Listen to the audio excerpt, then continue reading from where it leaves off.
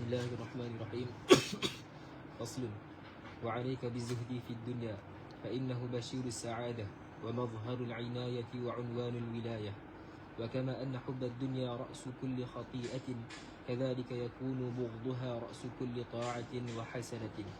ويكفيك مزهدا في الدنيا أن الله تعالى سماها في عدة مواضع من كتابه العزيز متاع الغرور.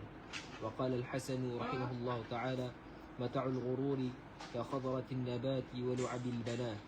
وقال الشيخ أبو طالب المكي رحمه الله تعالى: متاع الغرور اسم للجيفة المنتنة. وقد حصر الله تعالى الدنيا في اللهو واللعب الذين لا يلتفت إليهما عاقل ولا يعرج عليهما إلا كل غبي جاهل. وقال تعالى: وما الحياة الدنيا إلا لعب وله، إلى غير ذلك. واعلم أن الزهد في الدنيا لأهله نعيم عاجل ولا يستطيعه إلا من شرح الله صدره بإشراق أنوار المعرفة واليقين. قال صلى الله عليه وآله وسلم: إن النور إذا دخل القلب انشرح له وانفسح. قيل: فهل لذلك من علامة؟ قال: نعم، التجافي عن دار الغرور والإنابة إلى دار الخلود. وقال صلى الله عليه وآله وسلم: الزهادة في الدنيا تريح القلب والبدن، والرغبة في الدنيا تكثر الهم والحزن. وقال عليه الصلاة والسلام: ازهد في الدنيا يحبك الله، وازهد فيما عند الناس يحبك الناس.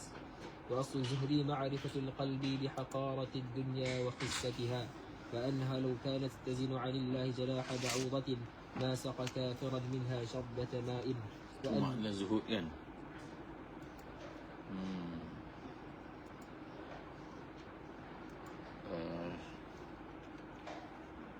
Semalam saya pergi Muda Tauliah. Soalan dia, apa makna zuhud?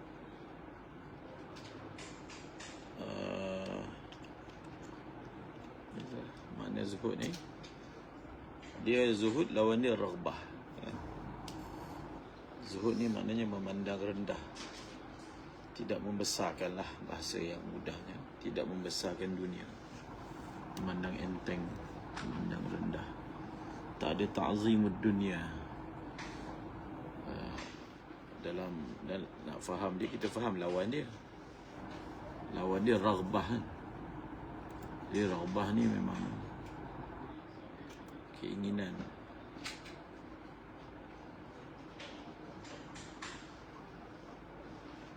Okey, seterusnya. وأنها ملعونة ملعون ما فيها إلا ما كان لله منها. وأن من أخذ منها فوق ما يكفيه أخذ حتفه وهو لا يشعر. فثمرة هذه المعرفة المقصودة منها ترك الميل إلى الدنيا باطنا وترك التنعم بشهواتها ظاهرا. وأدنى درجات الزهد ألا يقع بسبب الدنيا في ركوب معصية ولا في ترك طاعة. وعلى درجاته ألا يتخذ من الدنيا شيئا حتى يعلم أن أخذه أحب إلى الله من تركه. وبين هاتين الدرجتين درجات كثيرة.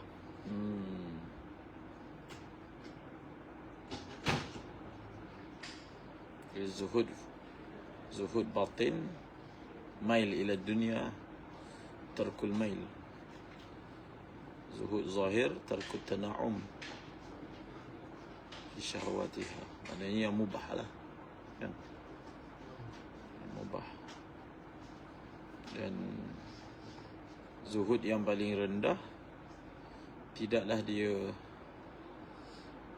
dengan sebab dunia buat dosa. Paling koman lah, adnal iman lah.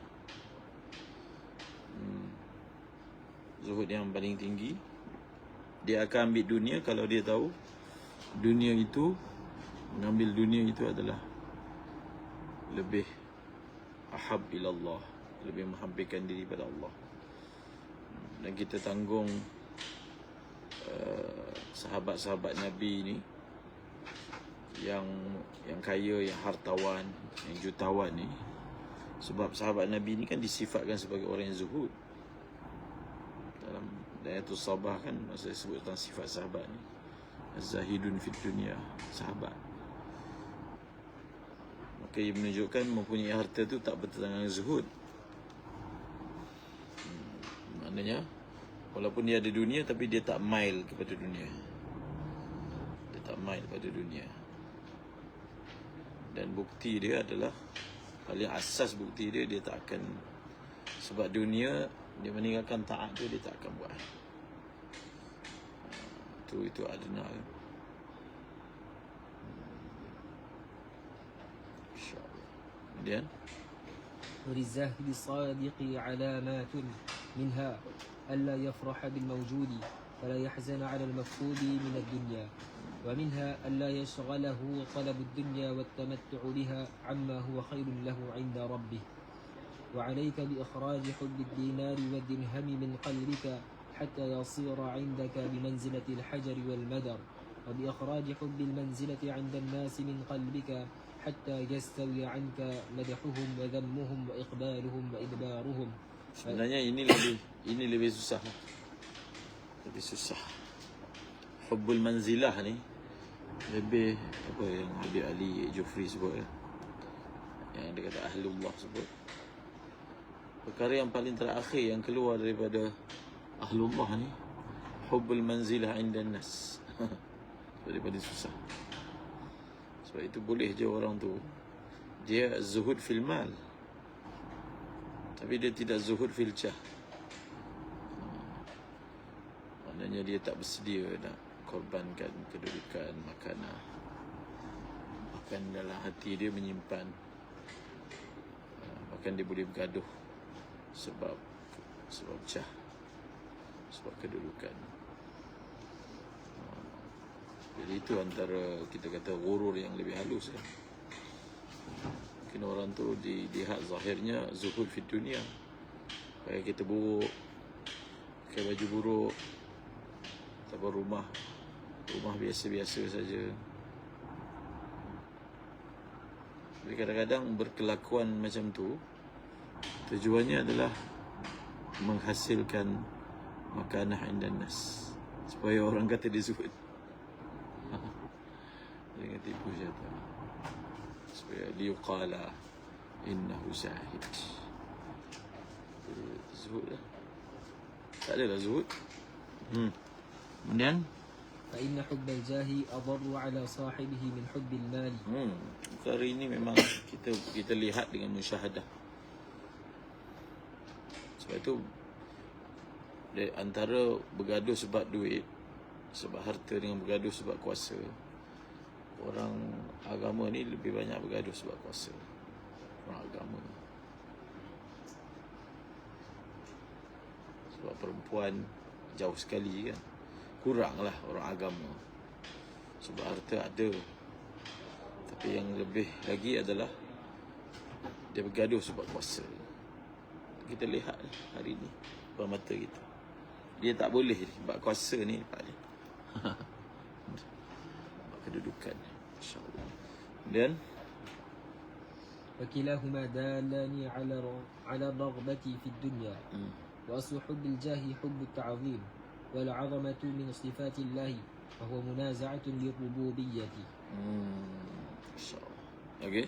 وأما حب المال فإنهما أصله حب التمتع بالشهوات، وذلك من صفات البهائم. وقد قال عليه الصلاة والسلام عن الله تعالى: العظمة إزاري والكبرياء ردائي، فمن نازعني واحدا منهما قذفته في النار. وقد قال عليه الصلاة والسلام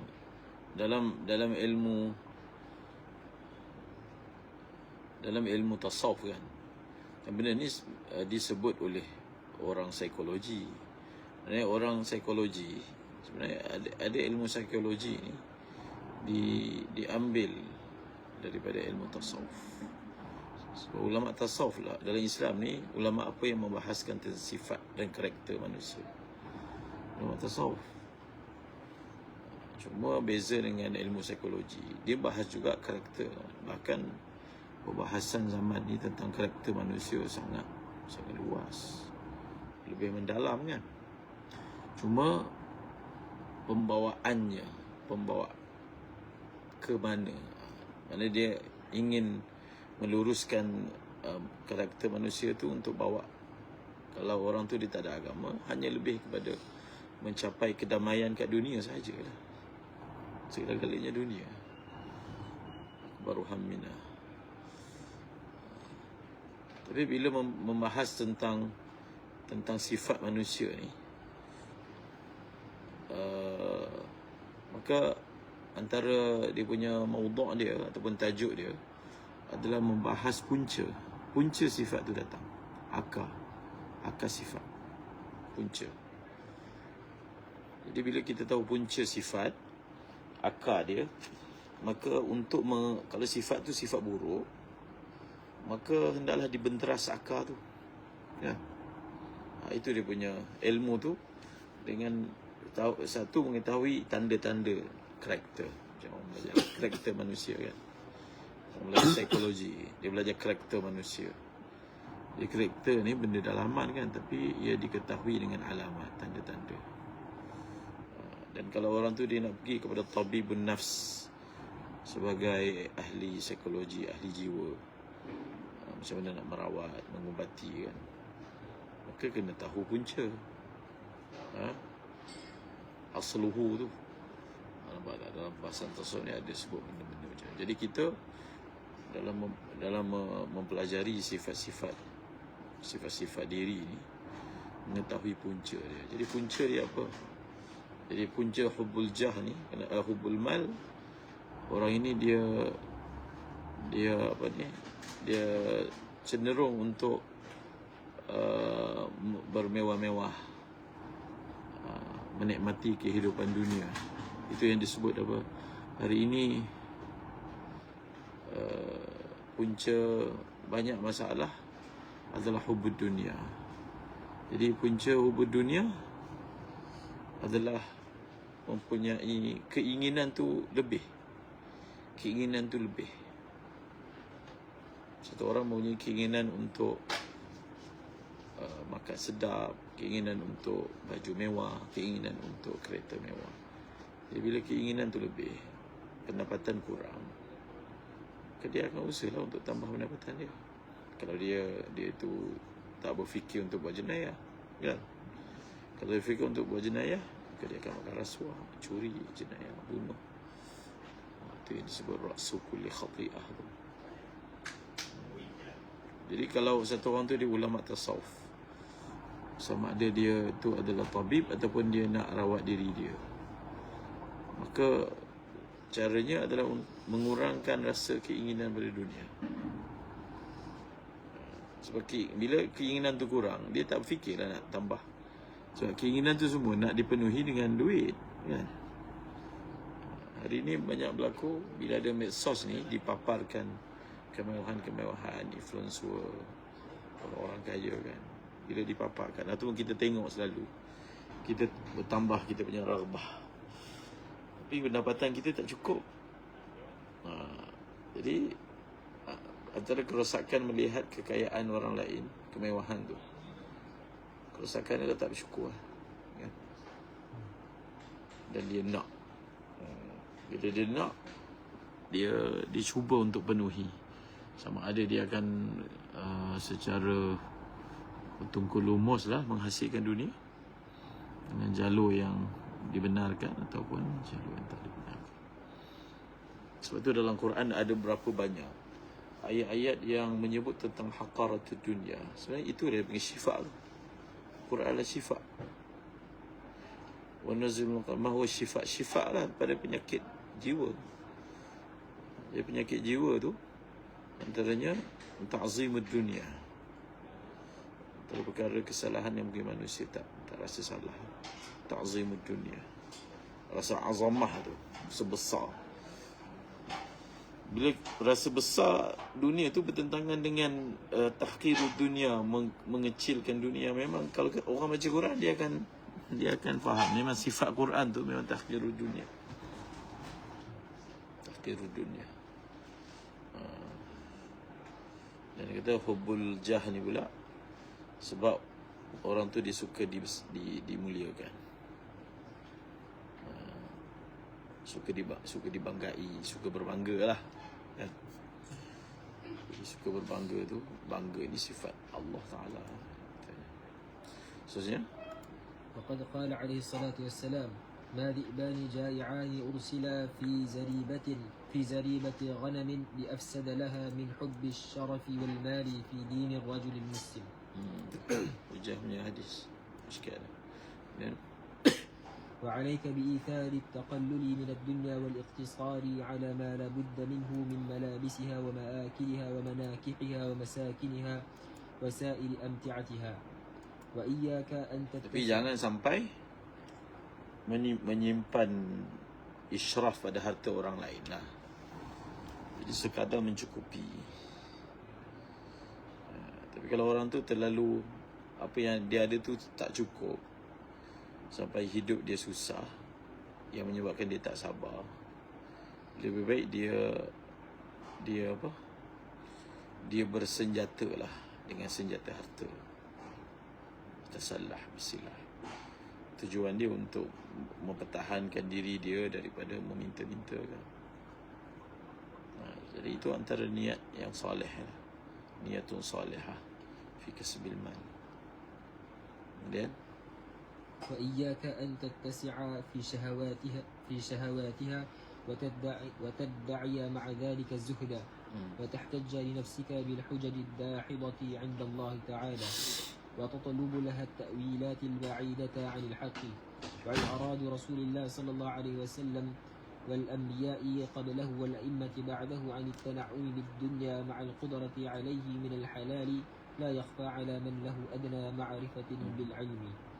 وإذا لم تقدر على الزهد في الدنيا فما عليك أن تعترف بالرغبة فيها والحرص عليها ولست مأثوما إلا على طلبها والتمتع بها على وجه محرم في الشرع والزهد مقام فوق ذلك. Jadi jangan mendakwa wali kalau tak wali.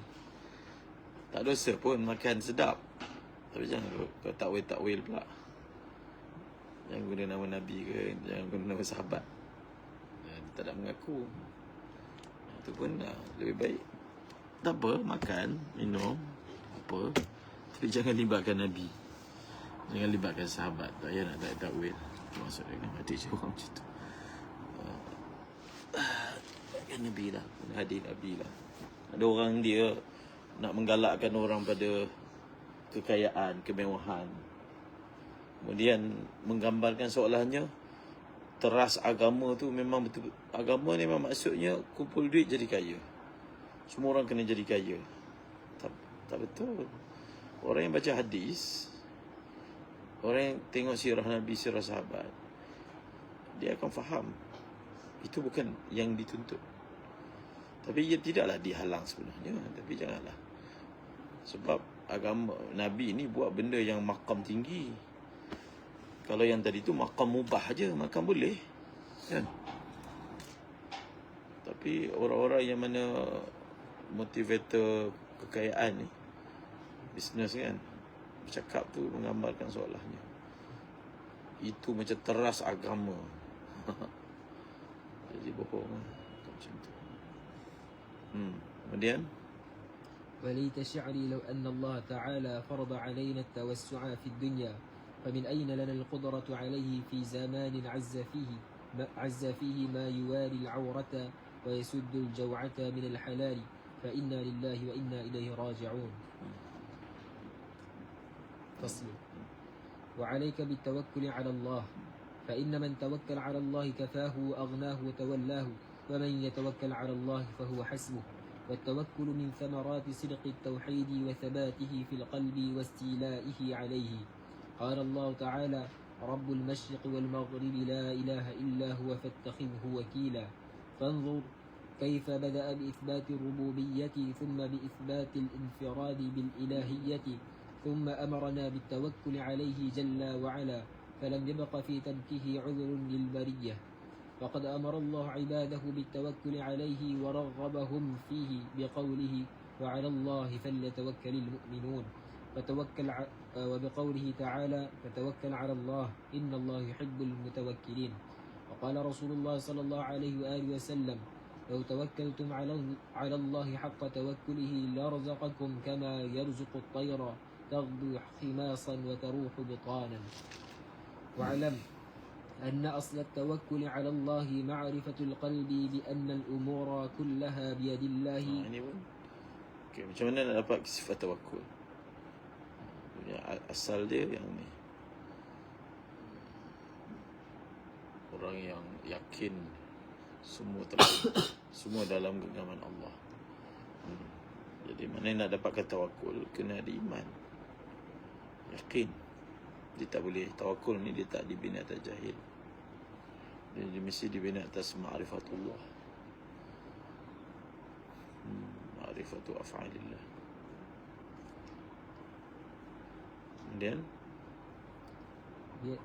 كلها بيد الله ما ينفع منها وما يضر وما يسوء منها وما يسر، وأن الخلق لو اجتمعوا كلهم على أن ينفعوه بشيء لم ينفعوه إلا بشيء قد كتبه الله له، أو على أن يضروه بشيء لم يضروه إلا بشيء قد كتبه الله عليه.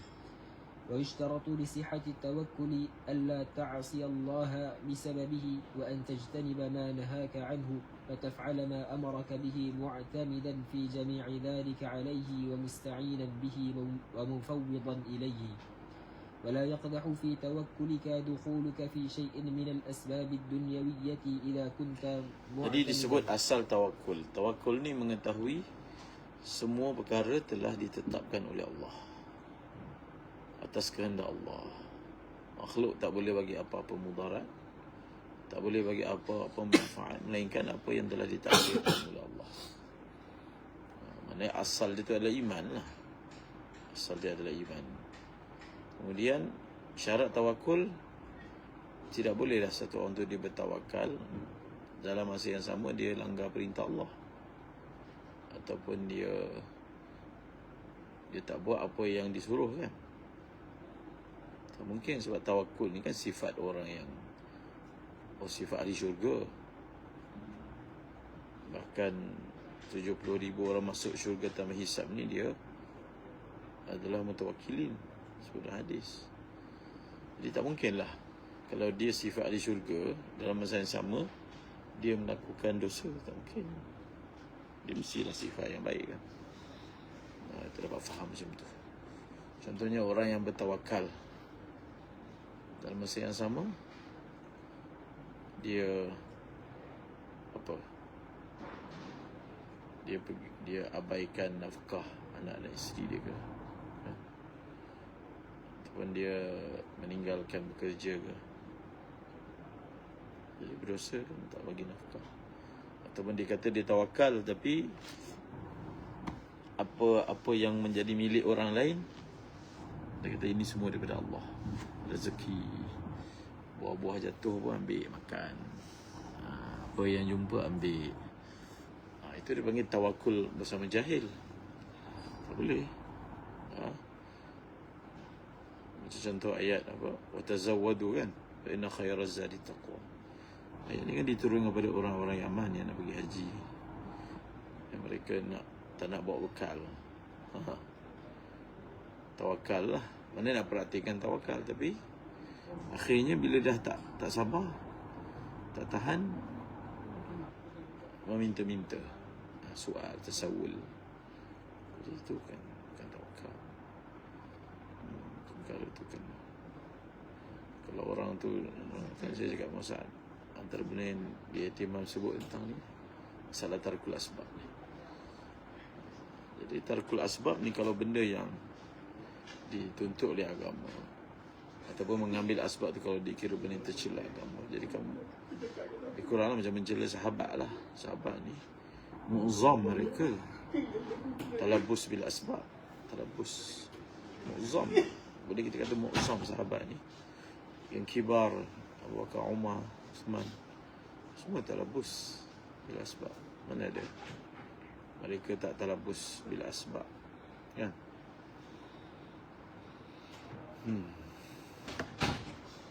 Kemudian ولا يقدح في توكلك دخولك في شيء من الأسباب الدنيوية إذا كنت معتمدا على الله دونه. نعم، من صدق توكله ضعف دخوله في الأسباب الدنيوية. وأما التجرد عنها بالكلية فلا يحمد إلا في حق من دام إقباله على الله Tajarrud lah dipanggil kan. Lagi. وطهر قلبه عن الالتفات إلى غير الله ولم يضيع بسببه من هم عيال عليه من خلق الله. قال رسول الله صلى الله عليه وآله Penting وسلم tu. Manhum iyalun alaih. Lagi. قال رسول الله صلى الله عليه وآله وسلم كفى بالمرء إثما أن يضيع من يعول. واعلم أن الادخار والتداوي من الأمراض لا يقدحان في أصل توكل من يعلم أن المغني والنافع والضار هو الله وحده. وقد ادخر رسول الله صلى الله عليه وآله وسلم لعياله لبيان الجواز. وأما هو صلى الله عليه Nabi وسلم simpan setahun kan dalam cakap. وأما هو صلى الله عليه وسلم فما كان يدخر لنفسه شيئا إلى غد وربما ادخر له غيره فنهاه عند الشعور به.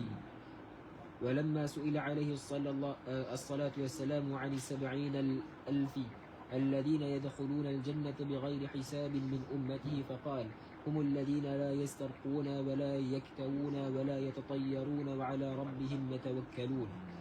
وللمتوكل الصادق 3 علامات: الأولى ألا يرجو غير الله ولا يخاف إلا الله. وعلامة ذلك ألا يدع القول بالحق عند من يرجى ويخشى عادة من المخلوقين كالأمراء والسلاطين. الثانية ألا يدخل قلبه هم الرزق ثقة بضمان الله بحيث يكون سكون قلبه عند فقد ما يحتاج إليه كسكونه في حال وجوده وأشد.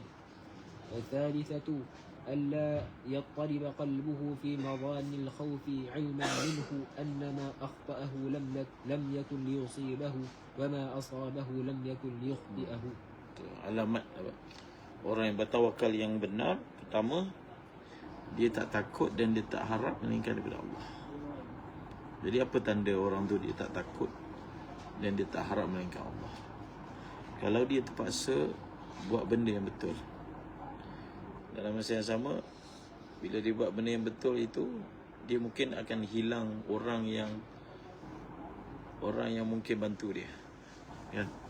Orang yang dia harap orang tu punya syafaat, orang tu punya bantuan, maka dia tetap akan buat benda yang betul, buat benda yang hak, walaupun dia kehilangan orang yang dia harapkan. Orang yang kebaikan datang daripada orang tersebut. Macam contohnya, ataupun apabila dia buat kebaikan, dia takut mungkin akan datang benda yang mudarat daripada orang yang ditakuti, macam pemimpin, sultan, maka dia tak akan tinggalkan sebab dia hanya takut dan dia hanya harap daripada Allah. Dia tak takut dan harap sedang. Itu tanda dia. Kan. Ada juga orang yang memahami salah. Dia kata takut kepada pemimpin. Jangan takut kepada pemimpin. Betul lah. Tapi bukan maknanya kamu tidak beradab dengan mereka. Bukan maknanya buat tak tahu je. Memberi penghormatan tu bukan maknanya takut. Tak menunaikan hak. Anzilin nas manazilah bukan maknanya takut. Bukan maknanya kita perlu cakap kasar dengan dia. Bukan maknanya orang cakap lembut tu maknanya orang tu takut, kan? Dia hanya zahir bila bertembung dengan perintah Allah je. Oh lah zahir. Jadi kalau contohnya dia tu orang yang taat Allah, maka adalah hak perlu menghormati tu, kan? Perkara yang itu yang jadi dipanggil benda yang nipis, benda yang kadang dia jadi kawasan yang dipanggil apa, kabur, kan, dalam tasawuf, sehingga orang menyangka yang tu yang betul, sebenarnya bukan macam tu. Kemudian yang kedua, apa dia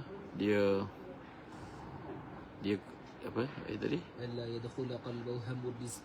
Jadi masalah ham rizki ni. Jadi dia tak ada kebimbangan terhadap rezeki ni, bukan benda yang menguasai diri dia. Sebab rezeki ni Dia punya kepastian dia ni macam apa? Macam mati. Dia punya kepastian dia. Seperti mana semua orang akan mati, maka semua orang akan dapat rezeki dia. Benda tu dah pasti dah. Wa ma min dabbatin fil ardi illa 'ala Allah rizquha kan. Maka dia tak ada qalaq terhadap rezeki ni datang bagi dia. Jadi kira qalaq ala rezeki ni antara benda yang aib. Sebab soalnya kamu meragui jaminan Allah akan dapat. Pasti orang tu dia akan dapat. Kalau dia ada nyawa lagi dapat. Dan yang ketiga tu lah, ada apa? Dia panggil mazan, tempat-tempat yang mungkin menjadi punca ketakutan. Dia tak takut. Punca ketakutan ni banyak tempat musuh, tempatnya tu. Sebab dia tahu tak boleh menyampaikan mudarat pada dia melainkan Allah Ta'ala. Kemudian ومن هذا القبيل ما حكي أن سيدي الشيخ عبد القادر الجيلاني نفع الله به كان يتكلم في القدر فسقطت عليه حية عظيمة ففزع الحاضرون فرقا منها فالتفت على عنق الشيخ ودخلت من أحد كميه وخرج من الآخر والشيخ نفع الله به ثابت لم يضطرب ولم يقطع كلامه. وقيل لبعض الشيوخ وقد طرح للسبع ليأكله فلم يؤذه في أي شيء كنت تفكر حين طرحت للسبع؟ قال في حكم سؤر السباع من العلم. حسبنا الله ونعم الوكيل. فصل. وعليك بالحب في الله حتى يصير سبحانه أحب إليك مما سواه بل حتى لا يصير لك محبوب إلا إياه. وسبب وجود الحب من جهة المحبوب إما وجود كمال فيه أو حصول نوال منه. فإن كنت ممن يحب لأجل الكمال فالكمال والجمال والجلال لله وحده لا شريك له في شيء من ذلك. وما يلوح على صفحات بعض الموجودات من معنى كمال أو يبدو عليها من رونق جمال فهو المكمل والمجمل لها سبحانه وتعالى، بل هو الموجد لها والمخترع. ولولا أنه أنعم عليها بالإيجاد لكانت مفقودة معدومة، ولولا ما أفاض عليها من أنوار جمال صنعه من أنوار جمال صنعه لكانت قبيحة مشؤومة. وإن كنت ممن يحب لأجل النوال فلست ترى إحسانا ولا تشاهد امتنانا ولا ترى إكراما ولا تبصر إنعاما عليك وعلى Di sini pun ada ilmu yang disebut tu asbabul mahabbah kan. Asbab. Jadi mahabbah ni dia ada sebab dia. Dan dia manusia dia mencintai sesuatu, dia sebenarnya bukan semua orang sama. Adalah sebab yang lebih ghalib. Dia ni mudah sayang orang kalau kan. So dia berbeza ikut orang. Tak semestinya sama. Tapi secara umumnya yang disebutkan ni punca-punca mahabbah lah. Pertama, punca mahabbah ni melihat kesempurnaan. Kita suka pada sesuatu kerana ada orang dia suka perfect. Dia suka benda yang perfect, benda yang cantik. Macam orang-orang seni kan, dia suka, dia sangat dia lagi terkesan dengan apa, keindahan apa bahasa. Ada orang dengan keindahan kata-kata dia lebih teruja kan, ataupun keindahan bentuk, keindahan warna, keindahan suara. Tapi itu makhluk kan. Maksudnya pada makhluk dan untuk mengetahui keindahan Allah Ta'ala melalui apa yang Allah Ta'ala ni ceritakan tentang diri dia. Tentang diri dia. Bahkan dengan melihat makhluk pun satu orang tu dia boleh mencintai Allah. Dan rasanya dalam Quran membawa manusia mencintai Allah melalui makhluknya tu banyak. Dan banyak. Itulah langit lah, bumi lah, binatang lah, laut dan seumpamanya. Itu yang disebut apa, orang yang tafakkur pada ayat-ayat Allah tu. Di situ ada asbabul mahabbah. Bila dibaca, dia akan bertambah kasih pada Allah. Kemudian dia boleh juga bertafakkur pada ayat Allah. Ayat Allah apa? Masya. Apa ni yang dilihat, musyahadah. Dua-dualah ayat matluwah dengan ayat maqru'ah dengan ayat apa? Mar'iyah kan? Yang dilihat dengan yang dibaca. Kamal. Ada orang yang dia mencintai kerana apa? Kerana nawal, pemberian. Maksud dia sayang, suka pada orang yang berbudi pada dia. Maka ketahuilah Allah Ta'ala yang paling banyak buat kebaikan pada kita.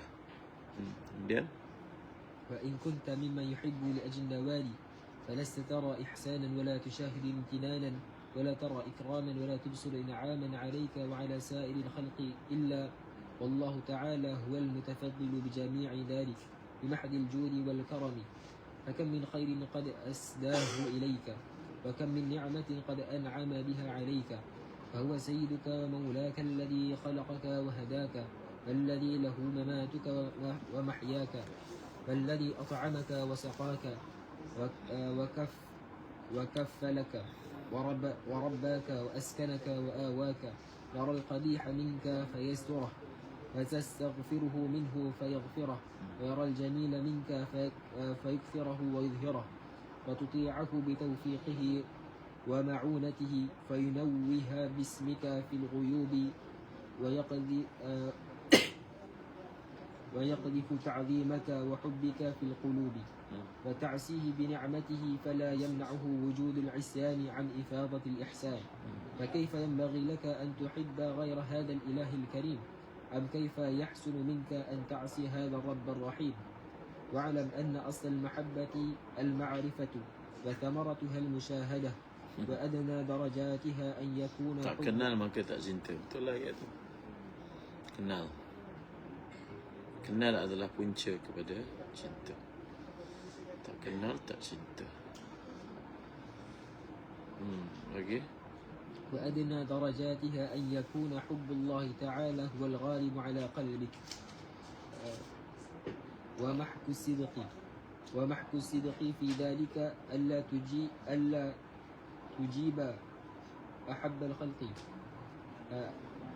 ومحك الصدق في ذلك ألا تجيب أحب الخلق إليك إذا دعاك إلى ما يكون سخط الله في فعله كالمعاصي أو في تركه كالطاعات وعلى درجاتها ألا يصير في قلبك. Jadi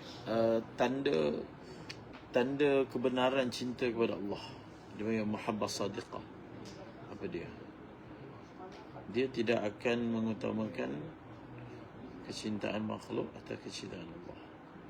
Sehingga kalau orang yang paling dikasihi pun daripada kalangan manusia ajak dia buat benda yang langgar perintah Allah, di situlah ujian dia.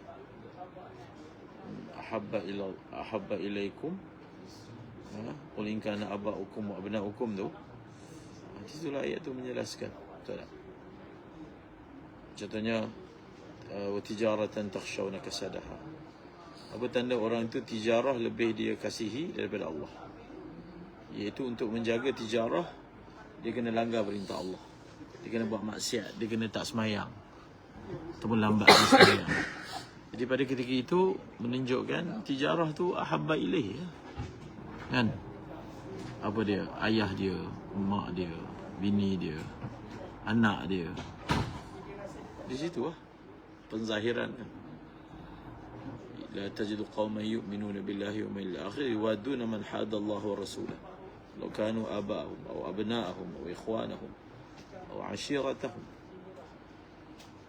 Jadi orang yang mana dia mencintai Allah, dia tak akan, kalau terpaksa memilih, maka dia tetap akan pilih Allah, tak akan memilih selain daripada Allah. Kemudian وأعلى درجاتها ألا يصير في قلبك حب لغير الله البتة وهذا عزيز ودوامه أعز منه وعند دوامه تطمحل البشرية بالكلية وعنه ينشأ الاستغراق بالله الذي لا يبقى معه شعور بالوجود وأهله بحال واعلم أن محبة رسول الله صلى الله عليه وسلم وسائر أنبياء الله وملائكته وعباده الصالحين وما يعين على طاعته كل ذلك من محبته تعالى. Itu kena jelas. Ada orang memahami bahasanya mencintai Allah kemudian mencintai Rasulullah. Quran tak sebut macam tu. Mentaati Allah kemudian, maksudnya mentaati Nabi ni nombor dua.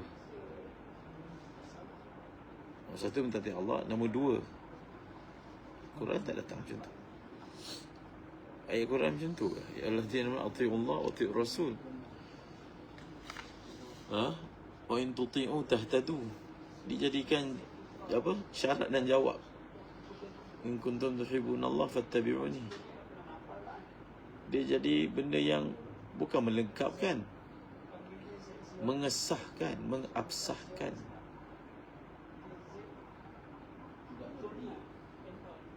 Jadi mencintai Nabi ni dia bukan urutan nombor dua. Sebab kamu punya mencintai Allah ni tak akan sempurna. Tak ada lah istilahnya. Tak ada. Kalau okay, saya cinta Allah kemudian cintai Rasul. Tak. Sebab mencintai Allah tu dia dah mulazamah dengan cintai Nabi. Cintai Nabi tu sebab dia adalah juzuk daripada Allah, apa yang Allah suka kan. Sehingga menggambarkan bahawasanya berepek-repeklah letak nama Allah sebelah Muhammad, tulisan tu kan. Maknanya meletakkan Nabi ni sama duduk dengan Allah. Quran kata apa? Semua guna huruf ataf. So itu ayat yang mana guna huruf ta'qib. Semua guna huruf ataf. Ataf bil waw jamak. Ada lagi ayat wa atii'u Allah wa atii'ur Rasul. Wa man yuti'illaha wa rasulahu langsung tak ada apa? Tak diselang pun. Bahkan dijamakkan sekali. Bahkan orang yang mana memahami bahawasanya mentaati Nabi seperti itu, dia ni sebenarnya tak tahu tauhid, tak faham tauhid. Dia telah menafsirkan tauhid dengan pemahaman dia, sebab itu dia banyak syirik orang. Orang yang banyak syirik dengan orang ni, dari segi dia ni jahil bitauhid. Apa maksud tauhid? Sehingga benda yang bukan syirik pun dia kata syirik. Dia jahil bitauhid. Kemudian قال صلى الله عليه وآله وسلم أحب الله لما يرزقكم به من نعمه وأحبوني بحب الله وأحب أهل بيتي بحبي. قال عليه الصلاة والسلام عن الله وجبت محبتي للمتحابين فيا والمتجالسين فيا والمتزاورين فيا والمتبادلين فيا. وللمحبة الصادقة علامات أجلها وعلاها كمال المتابعة لرسول الله صلى الله عليه وسلم في أقواله وأفعاله وأخلاقه. قال الله تعالى قل إن كنتم تحبون الله فاتبعوني يحببكم الله. وبحسب المحبة لله تكون المتابعة لحبيب الله إن كثيرا فكثير وإن قليلا فقليل والله على ما نقول وكيل. فاصبر وعليك بالرضا بقضاء الله تعالى فإن الرضا بالقضاء من أشرف ثمرات المحبة والمعرفة. ومن شأن المحب أن يرضى بفعل محبوبه حلوا كان أو مرا.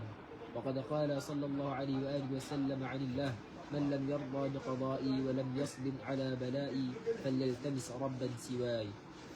وقال عليه الصلاة والسلام إن الله إذا أحب قوما ابتلاهم فمن رضي فله الرضا ومن سخط فله السخط.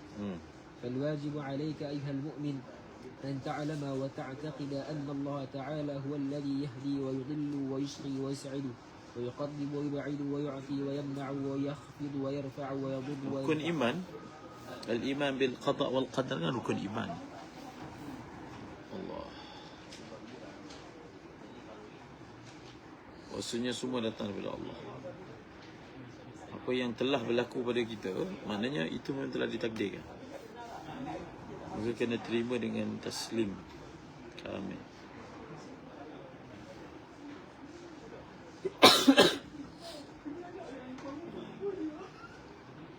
Sehingga apa? Cuma mungkin nanti kalau ni dia ada syubhat-syubhat yang perlu difahami. Contohnya, okey, kesalahan telah berlaku. Kesalahan tu berlaku daripada orang bawahan dia. Anak dia buat salah, pekerja dia buat salah, rakan kongsi dia buat salah, ataupun orang buat salah, buat jenayah. Sudah pasti dia kaedah dia, benda yang dah berlaku memang confirm. Itulah takdir. Terus itu memang pasti. Tapi adakah makna taslim tu, taslim terhadap apa yang telah berlaku tu, dengan makna orang tu dia tak buat apa-apa? Taslim lah. Ataupun kalau dia buat apa-apa, maknanya dia tidak taslim. Dia redha je lah. Orang ni dah memang ditakdirkan membunuh. Jadi kalau kita hukum dia, qisas dia, maknanya tidak taslim pada qada dan qadar. Adakah macam tu maksud dia? Jadi benda tu yang kena faham. Kalau tidak, orang pun boleh jadi sesat kan, yang mana berhujah dengan qada dan qadar. Seperti mana orang menjadikan apa, ittakhadhu aymanum junnatan, kan? Menjadikan sumpah wallah billah tallah ni sebagai perisai untuk benda jahat dia. Wa aqsamu billahi jahada imanihim la in ja'ahum nadhirun. Maknanya semua pakai nama Allah. Tapi adakah semua yang pakai nama Allah tu benda tu betul? Tak. Salah guna tu banyak. Jadi salah guna takdir ni berlaku. Jadi kena tahu dia punya ilmu dia. Itu dia punya ilmu, kan? Kalau tak orang dia ambil sebelah je.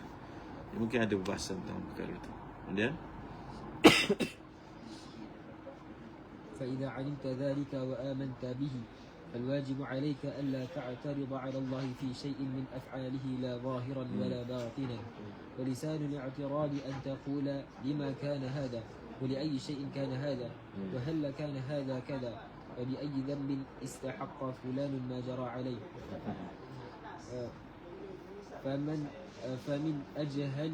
فمن أجهل ممن يعترض على الله في ملكه وينازعه في سلطانه وهو مع ذلك يعلم أنه تعالى هو المنفرد بالخلق والأمر والحكم والتدبير يفعل ما يشاء ويحكم ما يريد لا يسأل عما يفعل وهم يسألون. بل من الواجب عليك أن تعتقد أن جميع أفعال الله تعالى وقعت على وجه لا أحكم منه ولا أعدل ولا أفضل منه ولا أكمل. Bahkan begitu. Maknanya bila benda tu dah berlaku, benda yang berlaku adalah perbuatan Allah. Perbuatan Allah. Dan bila perbuatan Allah, mestilah sempurna. Mana ada yang tak sempurna pada perbuatan Allah?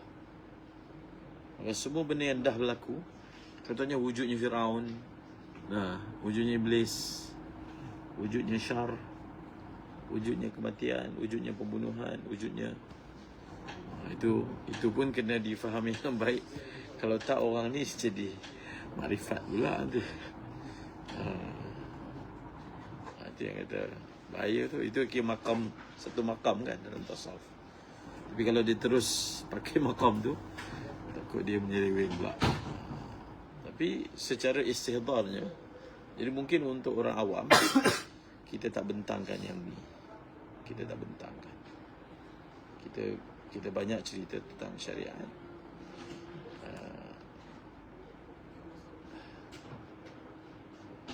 Contoh apa baru ni baca Orang datang kepada Abdullah bin Abbas, adakah satu orang tu kalau dia membunuh akan diterima taubatnya? Satu orang tanya. Abdullah bin Abbas kata Allah Ta'ala terima taubat, selagi syirik pun terima. Tapi satu orang datang, adakah Allah Ta'ala terima taubat orang yang membunuh? Dia kata tak terima. Sekali-kali tidak terima. Jadi bila orang tanya kenapa, dia kata sebab aku nampak dari mata dia nak membunuh. Dia nak dapat lesen. Jadi kalau kita cakap Allah Ta'ala terima, lepas ni bunuh, dia bunuh betul taubat. Jadi itu yang dimaksudkan. Kalam, kalau ikutnya kalam yang sebenarnya Allah Ta'ala terima. Tetapi ada juga keadaan sesuatu kalam tu tidak disebut walaupun hak pada semua keadaan. Sama juga kayak macam ni. Kalau kita tak tahu yang kat depan ni, audien kat depan ni, jadi kita sebut yang biasa je. Sebab ada kalam ni kalam khas. Macam guru tarikat kan, dia pun ada murid. Ada kalam yang dikhususkan untuk anak murid yang kibar kan. Bahkan untuk bercakap tu pula kan, dalam hadis fadilat zikir, ditutup bilik, dikunci. Ada tak orang lain selain daripada ni? Tak ada. Jadi itu antara dalil lah bahawasanya ada sebahagian perkara dalam tarikat ni, perkara tu dibuat secara tertutup. Memang tertutup. Jadi okey, secara tertutup. Inilah antara masalah dia macam lah. Perkara tu dibuat tertutup. Macam kalau Musa'ab pun nak buat bay'ah, jadi tertutup, supaya tidak disalah tafsir, supaya tidak timbul fitnah. Contohnya kita nak zikir yang macam zikir tu lah, pagi-pagi sama masa buat zikir macam tu, kita tak dibuat umum. Zikir tu mesti dibuat bilik tutup, zikir suara kuat macam tu lah. Secara umumnya macam tu lah. Sebab nanti ada orang yang tak faham, dia pergi kecam dia lah mumparat. Dalam masa yang sama, ahli zikir tu pun mungkin dapat mudarat daripada segi orang menyakiti mereka kan. Jadi adalah, maknanya kitman ni pun salah satu cara juga kan. Sehingga Nabi ada sebut apa, carilah bantuan untuk menyempurnakan hajat kamu bil kitman. Maknanya ada keadaan benda tu kena, cara dia adalah sembunyikan. Hikmah dia macam tu, tak boleh nak zahirkan.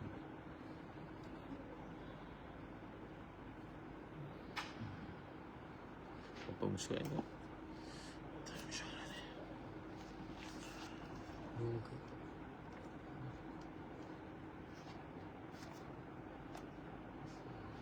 Ni ya, sampai 2128 ni ya.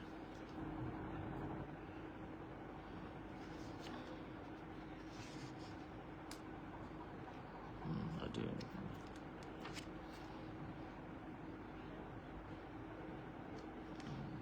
ada hadisnya.